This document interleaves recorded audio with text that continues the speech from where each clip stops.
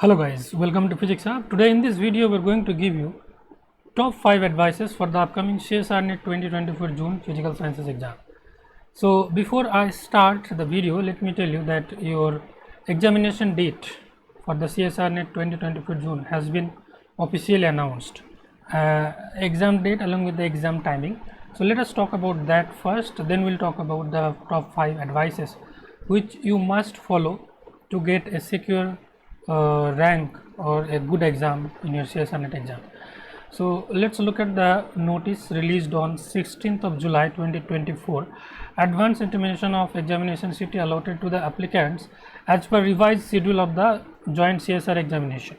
So as per the revised date, your examination of physical sciences will be on 25th of July 2024. Yeah, I think Thursday hoga.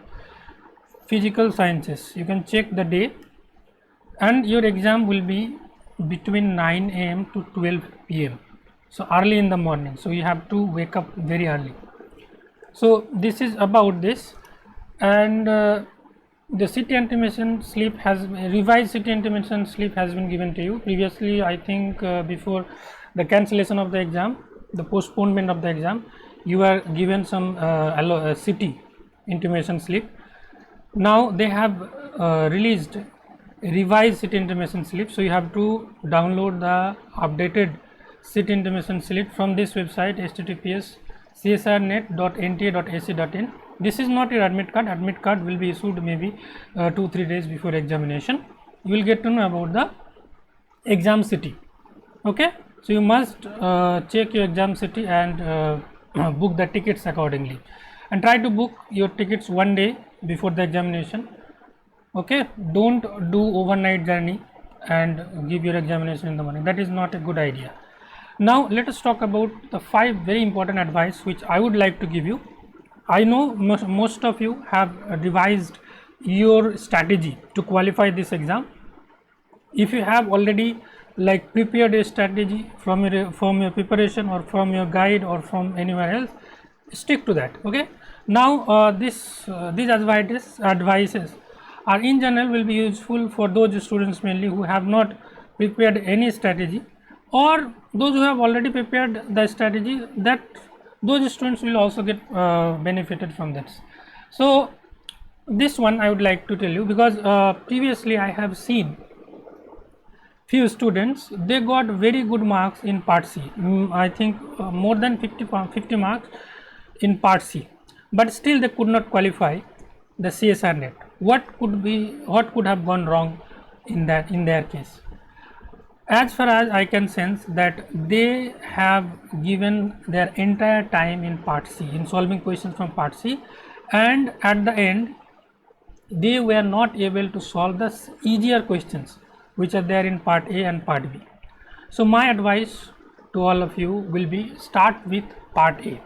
This has quite few benefits. I will tell you one by one. In part A, you know, there will be 20 questions, okay, and out of that you have to attempt 15 questions, and the content of part A are the general aptitude questions which does not require any preparation. Even if you like have not done anything from general aptitude and you appear in the examination, you will be automatically, being a physics student, you will be automatically able to solve 5 to 6 questions easily. And if you prepare a little bit for general aptitude, then you may be 7-8 questions or 10 questions. So you have to target, let's say 10 to 12 questions from this. Although general aptitude part is very important, if you prepare for it, then it is it largely boosts your marks. Okay, so in the first maybe 30 to 35 minutes you should be dealing with problems from part A. Make a minimum target of 10 questions first. Select the 10 easiest questions out of these 20 questions from part A. Okay, once you select those 10 questions, you will solve them, and if you can solve it before 30 to 35 minutes, try to solve 2-3 more questions if you can solve. So 10 to 12 questions you will solve in the first 30 to 35 minutes on the day of your examination. How it will help you? First of all, the nature of questions in part A are generally easier than attempting questions from part B and part C. Okay, here specifically you don't need to remember formulae, or you don't need to utilize complicated concept to solve part A questions. So that is why I am telling you, even if they make part A little difficult, still you will be able to solve 7-8 questions very easily. And once you, let's say, solve 10 to 12 questions from this part A, it will give you a moral boost. That is very important. Keeping a calm mind, calm attitude on the day of your examination during those 3 hours is very necessary. If you get nervous, then you may hamper the examination. So keeping some courage is very important, and this part A will definitely give you that courage. If you solve 10 to 12 questions, means you are already solved 20 to 24 marks. Then in your mind will be thinking, okay, I have done 20 to 24 marks, I need to do maybe more 60 questions, 60 marks or 80 marks or something like that. Okay, after that you can go for part B. Part B is the next easy part. So in this section I would like to tell you, you can invest 1 hour 10 minutes. Okay, in 1 hour 10 minutes, similarly here you can try to solve 10 to 14 questions. First you select the 10 easiest questions. Okay, this will be your approach. First you select the 10 easiest, doable, less time consuming questions. Once you are done with those 10 questions and you are still have, let's say, 10-15 minutes, then you can additionally solve 2-3 more questions. Okay, once you are done with part B, you will go for part C. Part C is very crucial and very dangerous section. Here you cannot afford negative marking. So in part C, how many questions, even it is 5, 6, 10, 12, whatever questions you are attempting, those questions should be like 100% sure from your side. Don't be greedy on the day of your examination. Don't think that out of those 4 options I can eliminate only 2. The answer must be between these remaining 2. Let's take a chance and click on option. That can create a huge problem. Part C can make you or can break you. So tackle part C very wisely. So you can give 1 hour 10 minutes in this part C, and as usual you will target for the 10 easiest, less time consuming questions. Once you are done with 10 questions, then you will again, as usual, try to do 3-4 more questions from it.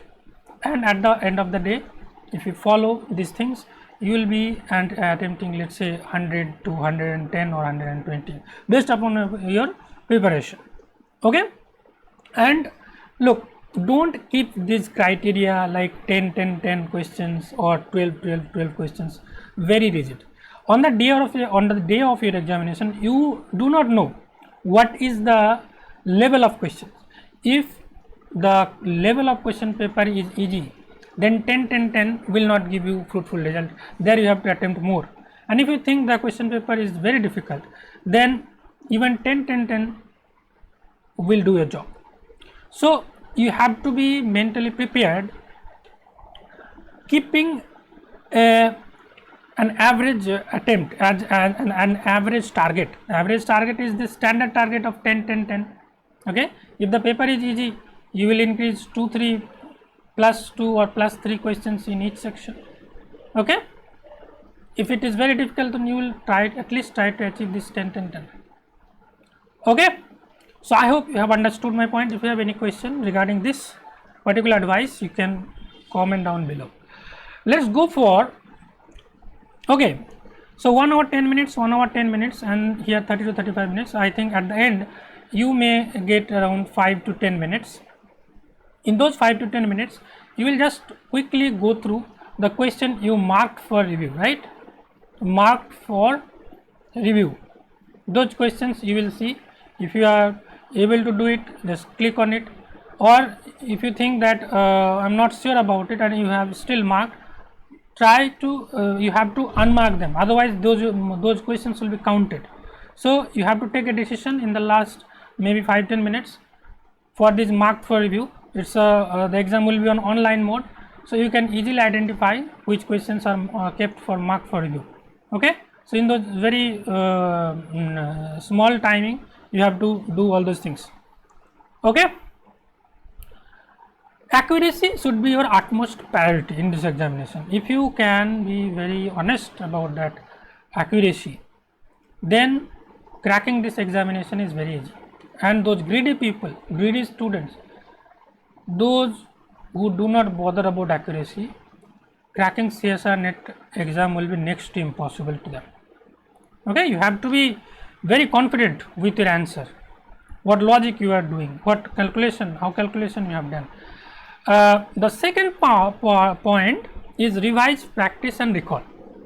You have hardly, let's say I am rounding off, 10 days left for your final examination. So in these 10 days what you will be doing, you will be revising whatever theory you have read, like briefly, whatever questions you have practiced, you will revise them in these 10 days and you will try to recall the formulae, okay, recall the procedure, like some complex procedure there, variational method, Bond approximation. So many topics are there where you need to recall the steps. Okay, na? So in these 10 days you will do a lot of revision, a lot of practice and recall, and don't do new things in these last 10 days. New things may disturb your peace of mind. So in these 10 days you will just give your entire time to revise, practice and recall. This is the second point. I hope you are all doing this. So minimum resources and maximum revision, this is the strategy or motto you have to follow. Whatever you have done, you just gather them at one place and just go through them for the next 10 days. The third point is very crucial. I always keep this point, one point. Go through the short notes for all the subject at least once in 2 days. On the day of your examination, your short notes should be so well revised that you should be able to go through the short notes maybe in 1 hour or half an hour. So to do that, you have to revise the short notes many times. So for the last 10 days, keep a target that it is better that if you can revise the entire short notes for all the subjects once in 1 day, but it may not be possible for many students, so I am keeping it, you have to do it once in 2 days. Okay, try to at least revise the entire short notes for all the subjects once in 2 days. Look, CSIR-NET exam, the questions are in general difficult as compared to the other exams like GATE or other exams. Okay, so if you are well versed with the formula, with the concepts, then it will help you to tackle the difficult problems. If you can hardly recall the formula, then how do you expect to solve a difficult question? You have to be very much confident with the formula, then only you will be able to think how to solve the difficult questions or tricky questions. That is why practicing short notes is very important for the exam perspective, for the NET exam as well. Okay, so go through the short notes at least once in 2 days. The fourth point is give at least 1 to 2 mock tests before exam. Don't realize your blunder on the day of your examination.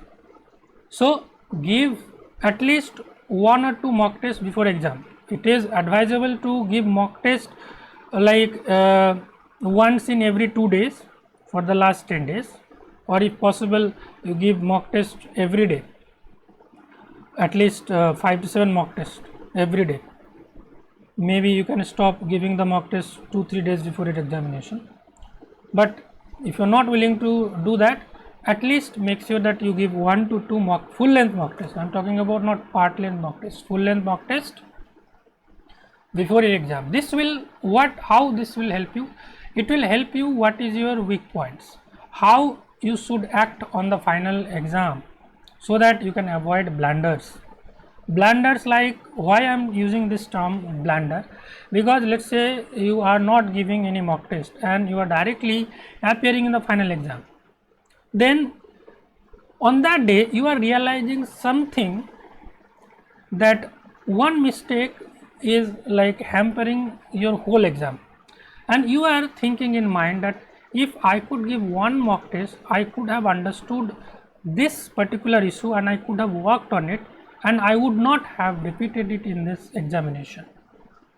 So give 1 to 2 full and mock tests before your exam at least, so that you understand what kind of trouble you are facing, what kind of problem you are facing while attempting the paper. Okay. And one good news for you all guys, as you know that we have launched this 10 full and mock test, so you can purchase this 10 full and mock test. I have made available a very special coupon exam.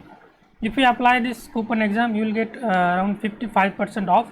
So instead of 555, you will get it at 250 rupees, 255 rupees. Okay, and this full length, sorry, the full test series, you will get it at 350. So this offer will be valid, will remain valid till I think sponsor day hai 16th hai na, so it will remain valid till 28th of July. Okay, so grab this opportunity, don't miss this opportunity. I have just made it very like affordable, very much affordable. And this MPPSC test is also there. Those who are appearing for this MPPSC assistant professor, they can also go for this assistant professor physics test series. So we have told about 4 things. The 5th one, let's talk about it. Yes, the 5th one. Okay, you know, if you have seen the previous few years question of CSIR-NET, you have seen that the questions are very unusual, not in the conventional frame. So here you have to keep an open mind for the new types of problem. What happens, I am talking about the very dedicated students. They take serious preparation, whatever syllabus is there, they prepare the whole complete syllabus, and they expect some type of questions in the examination. And if those kind of questions come in the examination, they are very happy, they will do very well. But once little bit of twist is added to the question, they get nervous and everything is everything fall apart. So don't do that. You have prepared a lot, you have prepared very well, but you have to keep an open mind that you may get some very unusual questions. Unusual, I am not using the term very difficult to solve, I am saying unusual. So you have to be mentally prepared that I will try to attempt new type of questions in the examination hall too, and I am pretty much confident that with the knowledge I have, the practice I have done, I will be able to solve those questions. So you have to be mentally prepared for that, and you have to keep an open mind to welcome new types of questions. This is like, I hope you have understood my point. This is a very good point. You have to keep an open mind for the new types of problems. So these are the 5 advices I would like to give you before you appear the examination few days after. One bonus tip I would like to give you: get a good sleep of minimum 8 hours the night before the examination day. Don't think that your exam is on Thursday, so I will catch a train on Wednesday night and will reach there at 5 AM in the morning and I will give the exam at 9 AM. Don't do that. Reach the examination venue, reach the exam center and book a hotel one day before the exam. Okay, one day before the exam, and have a good sleep of 8 hours before the day of your examination. Try to sleep at around by no later than 10 PM on the day of your, on the night before the exam day. So I hope if you follow these tips, come advices seriously, I think it will definitely help you in your final exam day, and will help you to score better in the examination. So this is all for this video, guys. If you have not installed our physics application, you can install it from the Play Store, and if you are new to this channel, please subscribe the channel and don't forget to press the bell icon, and the link for this mock test are given in the description. You can go through the description and buy the course, and you can give the test on mobile, tablet and PC, etc. Okay, thank you very much, guys. If you have any question, query, you can let me know in the comment section, and thanks for watching.